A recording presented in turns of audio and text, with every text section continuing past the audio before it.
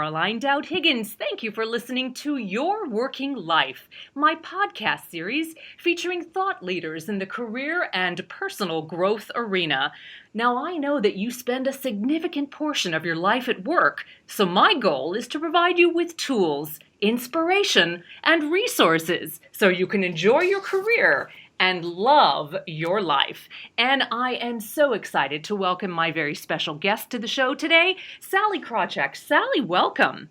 Caroline, glad to be here. Thank you for having me. Oh, Sallie, I'm so excited. We are going to have a wonderful conversation, particularly about Elevate Network and Ellavest, which launched last week. But I do want to tell our listening audience a little bit more about you. You have a reputation for integrity, independence of thought, a sense of humor, which I have heard in action, my dear, and an unrelenting focus on results. Sallie Krawcheck has often been referred to as one of the most successful and influential executives in financial services.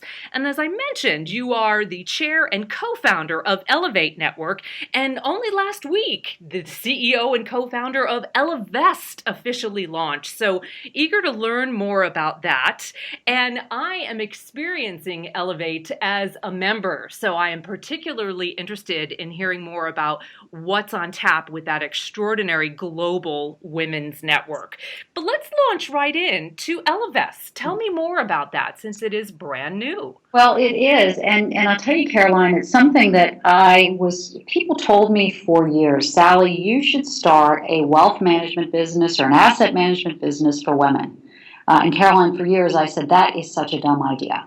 And I'm not going to do it. And, what's interesting is I think back on it now, it was probably any number of my innate gender biases that we all have, that in which I said, something that's focused on women, that just feels, I don't know, it feels gender biased to me. And then I'll tell you, over time, Caroline, as I dug into some of the research, and as you may be aware, I consider myself a recovering research analyst, what is clear is that women do not invest to the same extent that men do. We hear so much about the gender pay gap. There's also a gender investing gap. And the gender investing gap, women putting their money in the bank, storing it in the bank, rather than investing it in diversified portfolios in the markets, can cost women tens of thousands, hundreds of thousands, some women millions of dollars over the course of their lives.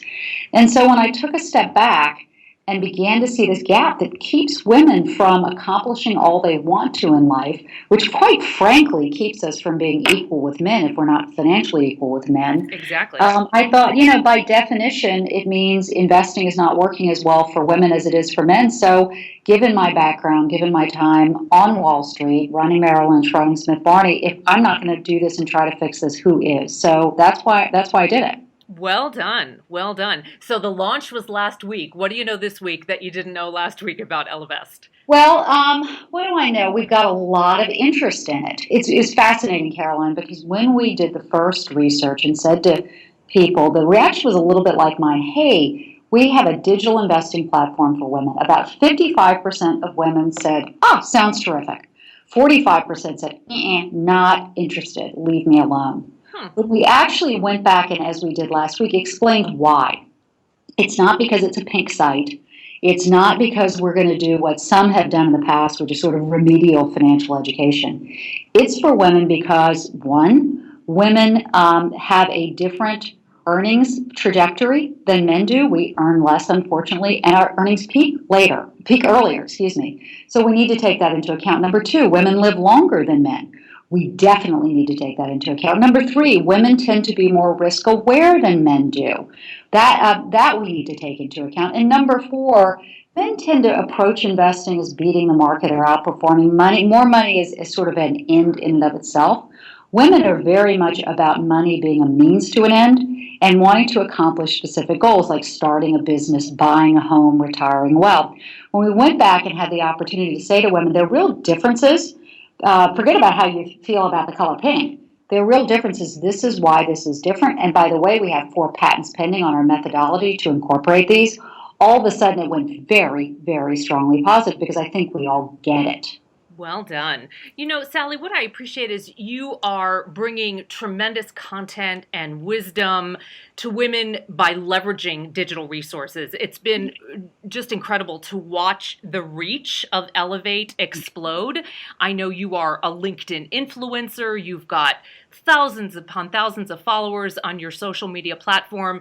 And Elevate, in particular, from which I benefit, is a hub. It is a global community of women who can come together and speak candidly about what we need to enhance our professional lives.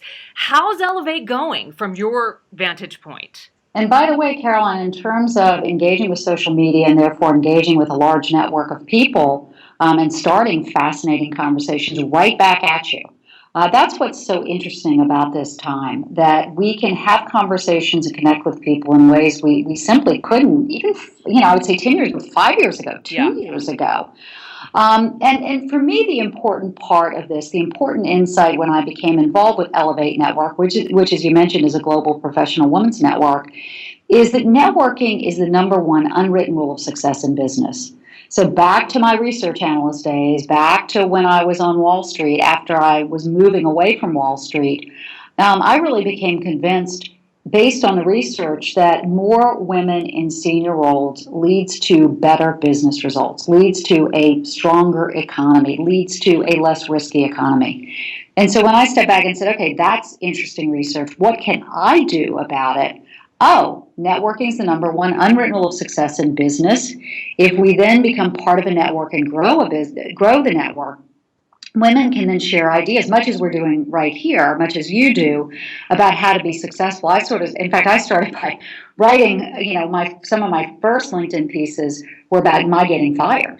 And it wasn't because I'm a masochist. It was because I learned some really important lessons from them. Very few people talk about these things, and I wanted to share them. So if I could just keep one person from, I don't even know, feeling bad when they got fired, that seemed to be worth it to me.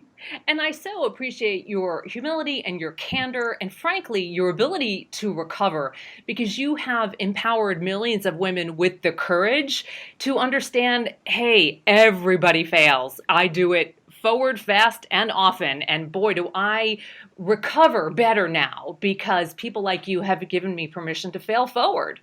Well, I appreciate that. Resilience is so important. Look, what I learned, because I felt publicly, front page of the Wall Street Journal stuff, is the research shows that we women take failure harder than the guys do, and maybe it's because I don't know, when I was growing up, and I'm a little bit older than your listeners, or maybe a lot older than some of them. The girls were the cheerleaders, and the guys played on the teams. The guys tended to learn, hey, you lose a game, and then you come back out next Saturday and you play again. Right? Yeah. We just didn't have that lesson. So when I got anything less than an A, I was just humiliated. I would hide my test. I would turn it over. I could barely tell my parents. We learned to try to be perfect. And what I learned, I got fired as publicly as anybody on the planet. At some points, nobody really cares. I was the only one who cared. And those who cared for me. They didn't care against me. They were caring. They were trying to help me, and so to think that it's just something that I felt embarrassed about, and not to continue on and try to learn from it and continue to build my career would have been a tremendous waste. Did you get a sense that experience empowered you with a different inner strength that perhaps you didn't even know you had? Oh, absolutely. And by the way, it was the best thing that ever happened to me. Best thing that ever happened to me. So when I got reorged out of a job that I had, it was at Bank of America. It wasn't a culture that fit well for me. Right. And whereas I'd worked in other companies that, I had felt like I was fully myself. And this one, I really felt like I had to question everything I said. And I'd say things like, God, that just wasn't received in the way that I meant it. The truth is, Caroline, I wouldn't have left that job in a million zillion years. I was unhappy. I wouldn't have left in a million zillion years because I, frankly, never would have been able to call my father and say, hey, Daddy, guess what? I have all these people who work for me. I was brought in to turn around this business, and I just don't think the boss likes me. He would say, "Get out of your friggin' mind, get back in there." So in a way, it was horrible, but it was all, these things happen for a reason or happen because of a reason. There was also a tremendous sense of relief. Yeah, I bet there was. I Yeah. bet there was. So I am so fascinated with how you are doing incredible work advising startup companies, and you're also focusing on education-oriented philanthropy. Tell me more about that, Sallie. Well, look, this is all of a theme in a way, and I'm sure your listeners are saying, what is this woman doing? I mean, she's got Ellavest, it's a digital investment platform, and she's got Elevate, and it's a professional women's network, and now she's advising startups. What is she doing? Like, get a grip. And let me tell you what the connection is amongst them. The connection amongst them is that, as we touched on a little bit, that when women do well, everybody does well. When women do well financially, everybody does well financially. So we talked first a minute ago about advancing women in business. When there are more women in senior leadership teams, or said another way, when leadership teams are diverse, because too many of one kind or another is not great, companies perform better. And it's good for the women themselves. It's good for the women who work for them. There's research that indicates that if there are more women in senior roles, the gender pay gap at companies reduces. Likewise, when women invest more, the economy grows. There's more capital into the markets. And then on the startups, I've been advising a number of young women entrepreneurs. When women start businesses, it can be massive growth in jobs, massive growth in the economy. So the real link here is getting more capital and resources into the hands of women. And I want to give you one example of how much impact we can have. It struck me some time ago, Carolyn, that we professional women today do most of the hard work. Most of the hard work, right? We get up in the morning, we get ourselves ready, get the kids off to school, we get to work on time, we deliver the budget, we bring in the new client, we design the beautiful new website, right? We do all that hard work. And let's say, I'm going to take an example, let's say you're making $85,000 a year, you save 20% of that income every year, like the experts tell you to do, you work for 40 years. At the end of that time, you will, if you put that money in the bank, have $1.5 million for retirement. Not bad. If you get the raise to the level that the guys are getting, so if we make 78 cents to his dollar, over the course of our lives, we'll earn another $1.4 million. Okay, so big uptick. That's Elevate Network. Yeah. Right? Women helping women figure out how to get those raises, figure out how to advance. Second step, if you invest that money in a diversified investment portfolio over the same period of time rather than put it at the bank, depending on the markets, you can have anywhere from $500,000, depending on the markets, another $1 million, even $2 million at the end of that 40 years. And so, and there's obviously variability on that based on how markets perform. But all of a sudden you're saying, wait a minute, I'm doing most of the work. If I'm just putting it in the bank, I have the 1.5 million. I can double it, even triple it if I get the raise and if I invest my money. That is what pulls these things together, right?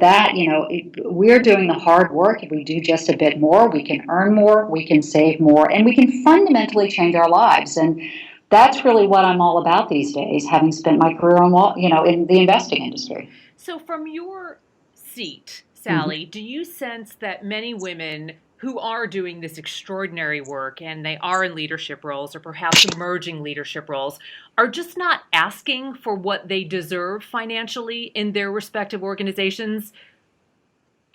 Yes, and I hate to put it on the women because it really is the companies that should not make us do stuff we're sometimes not comfortable with. I don't like to negotiate, Caroline. I turn bright red. My neck flushes to the point where people say, "You're going to pass out, Sallie." Some people love it, we don't. And companies should make us do it. They should not make us negotiate when it's really well known that guys negotiate to a much greater degree than women do. Now, until we get to that nirvana, though, put on that turtleneck, wrap that scarf around your neck, practice it with a friend, and get in and ask for that raise with numbers. Exactly. With numbers, right? And do your research so you know your value. And before you go in 6 months before, a year before, make sure you understand what success looks like for your boss. A terrible terrible business situation I got myself into some years ago is, I worked for a boss and we just weren't clear on what the metrics were. So, success was going to be what he thought it was. And that, would have been fine if that same boss stayed there for forever. But when the next guy came in, they cut my pay by 30%. Because he's like, yeah, I don't think that's what's, this amorphous idea. So numbers, right? I'm going to deliver how many new clients this year? We're going to have the growth in the revenues is going to be what? To the extent you can, quantifying it, agreeing upon it. And then when you come back to ask for the raise, you're in much better shape than if you just walk in and say, hey, I thought I did a great idea, didn't you? Yeah, you've got to have that clarity of expectations. But I'm with you 100% because you'll never get it if you don't ask. And even if you don't get it, you set yourself up for success down the road by asking, because that sends a tremendous message to your boss and the decision makers. And if I have time for an anecdote, if I don't. Please, go for it. Later, let me give you the anecdote, right, which is your point. If you don't ask, you don't get, but it's worse than that.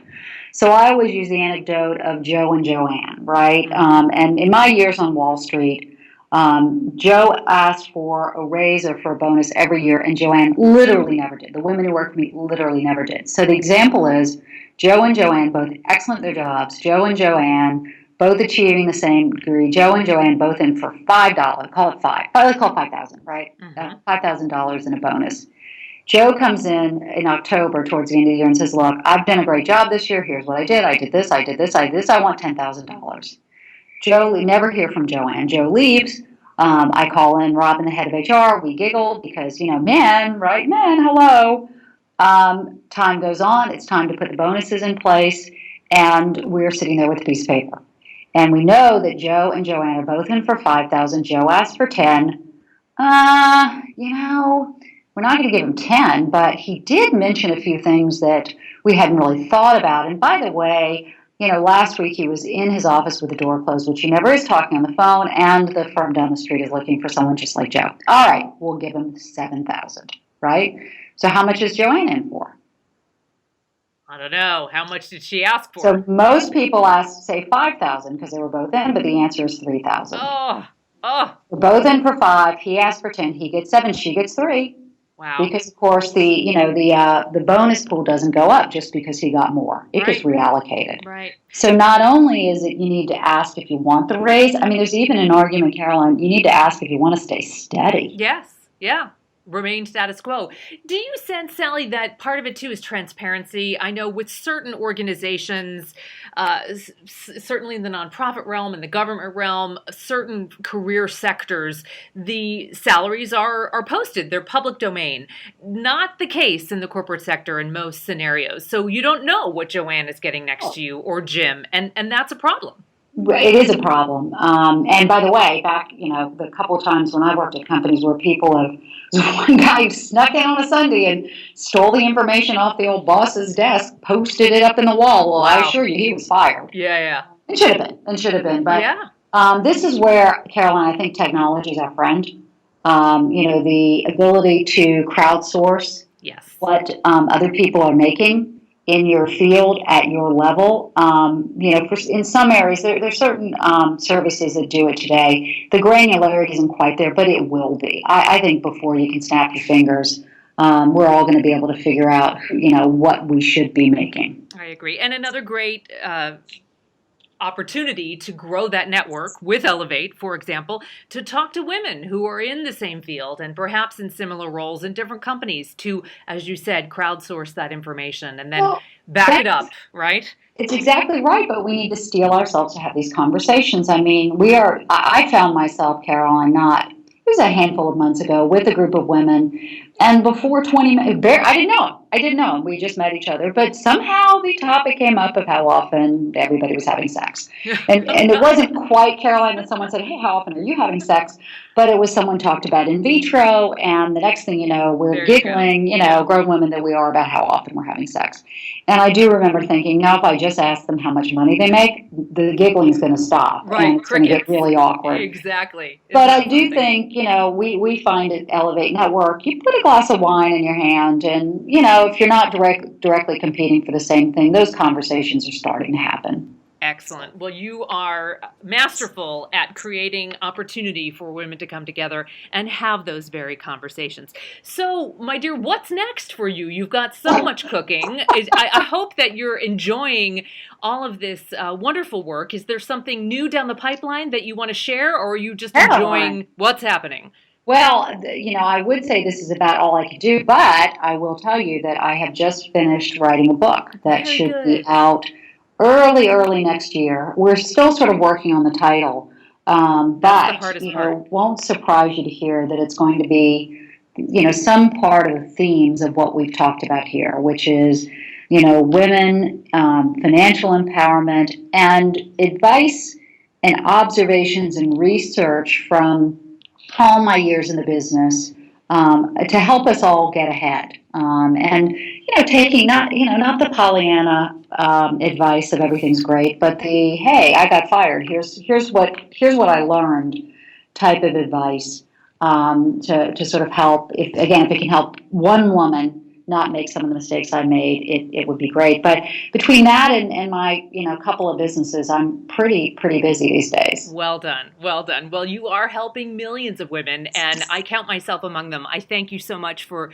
sharing your wisdom and your energy and your enthusiasm on the show today. Now, I follow you on LinkedIn, Facebook, Twitter, and Instagram, and of course, I am a member of Elevate Network. Would you like to share any other ways that people can reach out to Elevate and Ellavest, maybe the websites? Sure. Well, there are two websites. So Elevate Network, and as you know, Caroline, but I'll tell your listeners, it's ELLEVATE. So Elevate is in the French she for L. Elevate Network, all one word. And then the other one, I would mention Ellavest, as we've talked about, the digital investment platform, ELLEVEST.com. Now, here's something that is worth your listeners knowing. It is a digital investment platform. It's also a financial planning platform. Those two things have to go together. In my opinion, you can't invest if you're not planning. And one of the things we do on the platform is to provide women, men too, but women with complementary financial plans. So go in, fill out what's sort of a Mad Libs introduction, pick your goals in life, and see what it's going to take to help you get there. See what it's going to take to help you. If you want to start a business in 6 years, what are we recommending in terms of the savings that you have to have, the time frame over which to have it? Yes, the type of investment portfolio you'll need. But what I think is really exciting about this, Caroline, is that so many of us, I want to start my business. Well, the truth is, if you're sitting at home and you're having that glass of wine, I'm big on wine, and you're thinking about it, your chances of doing it are slim to nothing, right? Absolutely. If you actually then start to take action towards it, write it down, put it in a financial plan, your chances of accomplishing it go up multiple fold. If you then start to think about how much it's going to cost you and begin to plan for it, wow. And finally, of course, the final step, if you invest for it, and the way that we invest at Ellavest is to get women to their goals in 70 or better in 70% of market scenarios, which means that your chances of achieving something are sky high. If you take all those steps, and you have to do the actions. That's not us at Ellavest, it's you having to do the actions. But I would urge everyone to take a look at that, because I think they can begin to quantify and really frame out their dreams. I agree. And it gives you the action steps to take. So all you need to do is put the energy in and make it happen. You got that right. Sallie Krawcheck, what a joy to have you on. Truly, I am so grateful for your time today. I wish you continued success, and I hope our paths cross again in person next time. Oh, they definitely will. And I'm sorry it's taken me so long to come on your podcast. I'm such a fan of you and everything you're doing. So I'm so glad you finally invited me, Carol. Yes, well, you're so welcome. You can come back anytime, my dear. But what a joy. You are a kindred spirit. I so appreciate everything that you're doing, and fabulous to have you on the show today. Thank you. Take care. And I want to thank all of you for tuning in to Your Working Life, where my goal is to help you design your career destiny so it doesn't happen by default. Career and life satisfaction is possible, and it's time to embrace what you love doing so you can do more of it. My show is now available on iTunes, YouTube, Podbean, and Stitcher. Leave a comment, because I always appreciate hearing from my listeners. I'm Caroline Dowd-Higgins. Take good care.